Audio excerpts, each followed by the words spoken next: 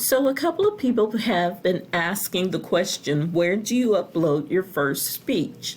If you look at the announcements, I answered that question, but for the sake of argument, let's go through it again.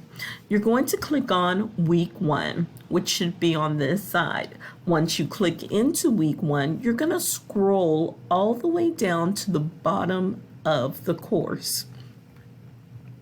When you scroll to the bottom of the course, you should see some things that you've already done, such as your video introduction. And then this is the drop box where you're going to put your video introduction here.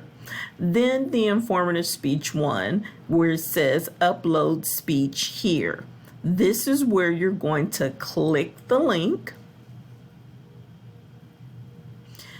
It takes you to McGraw-Hill Connect. Then you will click launch.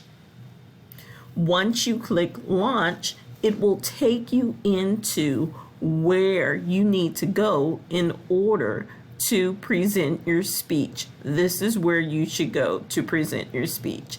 So I see 7 people have not started. I want to make sure that you guys know where you need to go. And remember, this is due tonight. Good luck to you all. I do accept late admissions on this. I think Saturday night is the latest. So I love the outlines that I've seen. Have an awesome day, you guys.